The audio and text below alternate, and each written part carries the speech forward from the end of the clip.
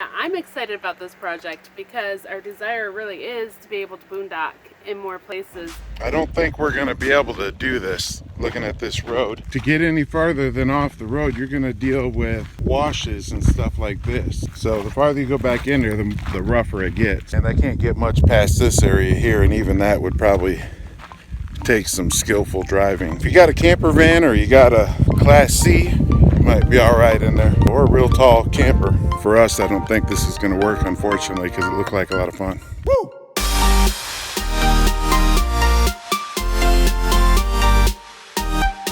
Alright guys, so we're getting ready to do the axle flip on our camper, which should give us hopefully between 4 to 6 inches of lift. I think it's going to be right at 4.5, maybe 5 inches.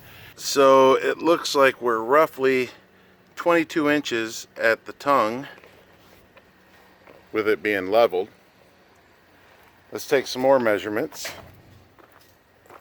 Let's check the step height right here. Bottom of our step is about 6 inches. Top is close to 7 inches. We're about 27 inches to the wheel well. Gives you an idea what that looks like. Once we get the axles flipped, we should gain a lot of room in the wheel well, and if we wanted to, we could put bigger tires and get even more height. We're not going to do that just yet, but it is an option. The back step is roughly 5 inches off the ground. The back bumper is roughly 14 inches off the ground. Our dump valve, or the end of our pipe, is not quite 7 inches off the ground. That is scary. Every time we go on a dip, or we got to go into like a little hole or on a hill, we're always worried, and half time we have to have somebody jump out and look at the black tank valve to make sure we're not going to drag it or break it off. So another problem we have with the camper sitting so low is if you want to use a blue boy or a tote to empty your black or gray tanks, the valve is actually below the top of the blue boy, so you can't really empty it in there unless you put the blue boy down a hill or dig a hole or slinky the hose to get it in there. None of those are really great options. So the measurement is 15 inches to the top of this blue boy. Now this is kind of a big deluxe model. Even so, the shorter one that we had, it still didn't work out for us without putting it down a hill.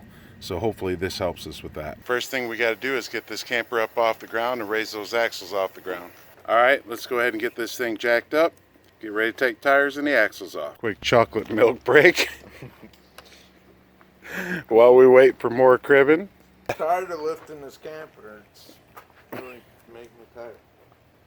So we're getting a little protein break with some chocolate milk, Jacob style, and waiting on some cribbing. One of our friends is run and got some cribbing for us so we can make sure we're real safe under the camper. Craiginator back with the cribbing. Woo! Good to have good friends.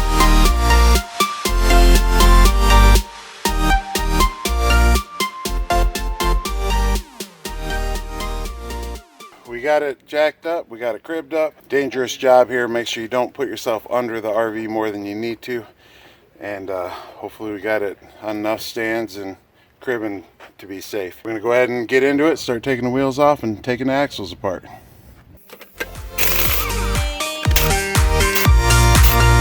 Woo! We got our wheels off, and we're gonna unhook this bolt to drop the leaf spring down, and the axle will be able to roll out after we undo these U-bolts.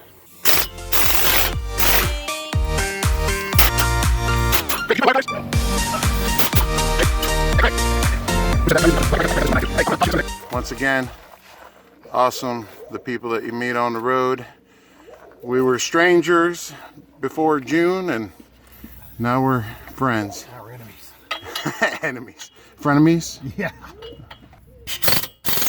Yeah, just run it until it goes zzz. There you go. Just like the commercial. Just like the commercial. So Craig's a master mechanic. You want to cut those wires right there? Look here. Guess who it is again? Ron. Gonna cut our brake wires for us. Where? Right there. Cut those two. Right here? Yep.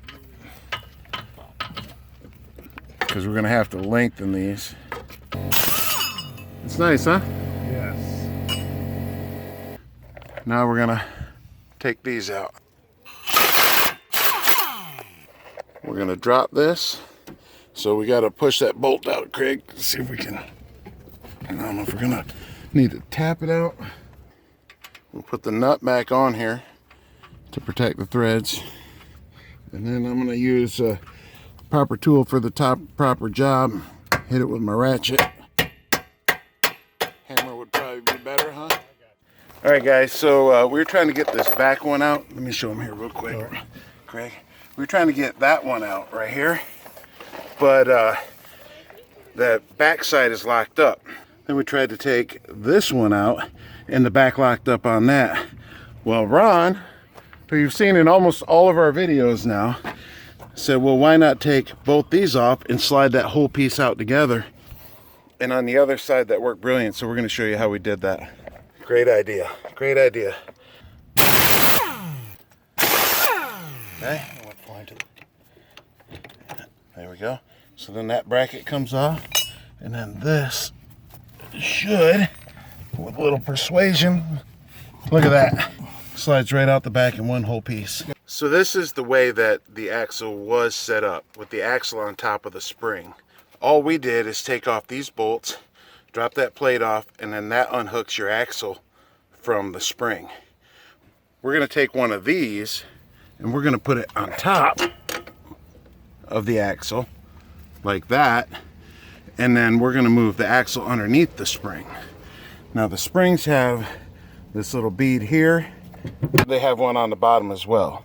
So we're going to take our bracket that we're putting on top of the axle, and then it's going to fit under here like that. But now the axle will be underneath instead of on top. So between the width of the axle being underneath the spring and the width of the spring, that should give us 4 to 6 inches of lift. According to my measurements, I think we're going to be about 4.5 to 5 inches, which would be awesome. We're going to get this installed on the other axle and get it finished up. Okay, it's kind of hard to tell, but if you can see, that axle actually curves up in the middle. And that's one of the reasons that you can't just flip the axle over and use the seats that are already there, because your tires would then be pointing out and it'll wear your tires out. Okay, so on this kit, it comes with these bolts on the bracket and then these long nuts. Okay, so what you do is you put this on here and you measure between here and here, and the same thing on the other side, and you want to get the same distance while having it seat right here on the axle. So when we get it seated, then we tighten that down, and that helps transfer the weight and the axle twist to the old brackets. And then we're going to come back later and weld these on. Probably tomorrow we're going to go ahead and pull the tire off the camper and weld these on, so they're good and solid and permanent. But that's why we went with this kit versus just getting seats. It's actually engineered for this, and we want to make sure we're 100% safe and not just having something rigged up when we're talking about our axles on our camper. It is our home. So when you're putting your leaf springs back together, make sure these are flipped up. You don't want them down. That could probably cause you a little bit of trouble. So we're going to go ahead and put them back in like that, and we'll line that up, put the bolts on there, and then we'll be ready to put our axle underneath. Here's the old bracket that it used to sit on. Now we've got our new bracket up here that the axle can rest underneath the leaf spring, and then we've got our bolts here. These bolts you want to alternate back and forth, you know, between all these bolts, so that you don't get it all cockeyed. They should be sticking out about the same amount each. We've done these a little bit, and now we're gonna do these a little bit, and then we'll go back and forth on all of those so that we get a good even tightening on this thing. I don't know if that's even a word, tightening. So that we get them all secured evenly. We ran out of time and light, so we went ahead and got everything mounted back up. You saw all of what we were going to do. Let me show you how it turned out. This is what the finished product looks like. It's the same on all 4 points of the axle, on all 4 leaf springs. So here's our old brackets. Here's our new brackets. Everything's tightened up. You can see all those are pretty evenly tightened now. And it's sitting pretty. And it's sitting tall. So now my buddy's going to come over with a welder. And he's just going to put a little tack right there. Kind of put a little weld there, and then one on the back side as well. And I think maybe just a little tack here to keep that nut from backing off. Here's another friend of ours helping us. Two of them in the rain. Helping us to get this welded up in a thunderstorm. Appreciate you, Josh and Sami. Great people in this community. And that should complete it. Then we go ahead and put the tires back on. Later on, I'll go ahead and wire the brakes back because we're not going to be leaving here for a couple weeks probably. I got to extend the brake wire because obviously it needs to be longer with the tires being farther away from the camper. Another part of the axle flip, why you can't just roll the axle over and use the old perch, is that there's electric brakes. And the way that it hangs and the way that it works with a magnet in there, if you flip it over, then it's not going to work. It'll either stay stuck on or not work at all. Between the curve of the axle and the way that the electric brakes work, you can't just flip the axle over. It would not be a good thing. Little side note, if you see what I did here, I've got a square tubing and it goes across and it fits nicely on the old perches. Typically you don't want to be jacking your camper, or I've been told you don't want to jack your camper by the axles, but now with that perch being right there, I think that does give us a good jacking point. If that is not okay to do, please leave a comment and let me know that, because I don't want to damage my axles in any kind of way. So yeah, I'm excited about this project because our desire really is to be able to boondock in more places heading out west. You know, what better places are to boondock than out west? So we have some adventures planned, hopefully, in the near future, and this will allow us to do it without everyone having to get out of the truck and squat down and navigate James pulling it through the dips and divots and worrying about our black tank. And there's some roads we can't even go on, like going to my friend's house that lives out there in Arizona.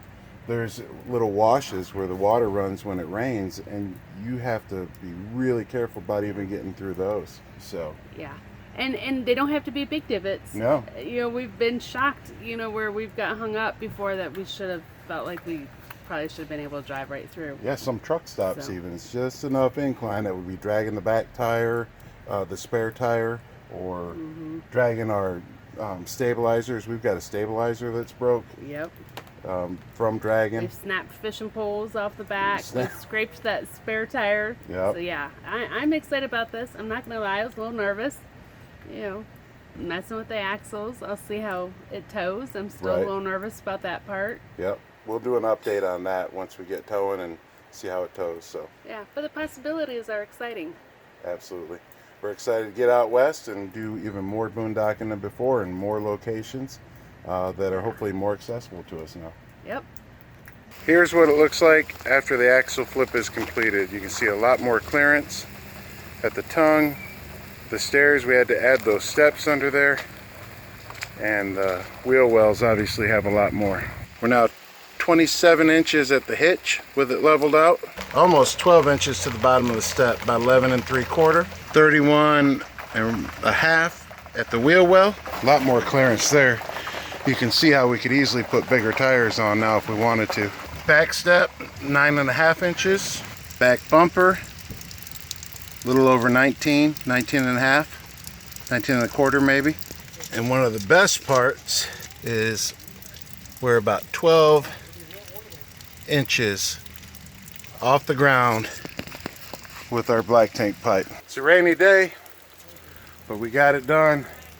I'm super happy with the results. Kimberly is super happy with the results. We'll have to do an update once we can take it for a test drive. Love the results. A couple of the high points are high points. So the mini fridge, stove, and water faucet are actually at a really usable height now. Along with the outlets, TV mount now is almost head level. Lots of clearance under if we want bigger tires, and a whole lot of room underneath for clearance. Still got to get the tools and all picked up, but that gives us a lot more clearance if something's in the road or we run into one of those dips like we showed you earlier, going in and out of truck stops and gas stations. Loving the result. We'll go ahead and do an update after we get to tow it and see how that works out, and hopefully very soon we'll be boondocking out in the Arizona desert and try it out there, maybe get into more places than what we could before. So we're excited about it. It is a pretty decent job to try and accomplish. It definitely helped to have all the help we had. Be super careful however you decide to jack up your trailer. I specifically didn't put that in because I'm not going to tell you how to do that. I think that's a really dangerous thing to do. You know, maybe get some professional help on that. Thank you for watching. Please subscribe, share. This one, I expect to see a lot of comments. Things that maybe we could do better, things that you liked, advice for us, we'll take it. Let's all help each other out. We will put a link in the description below for the Dexter flip kit that we bought. We did buy 2 of them. One kit does 1 axle. We got 2 axles. We bought 2. It was right at $100. We'll put that description down below. Won't cost you any extra, but if you do click and buy through that link, we may receive a small percentage of proceeds from that, which definitely helps us out. So good luck with your axle flip, and we'll let you know how it works out when we get out on the road.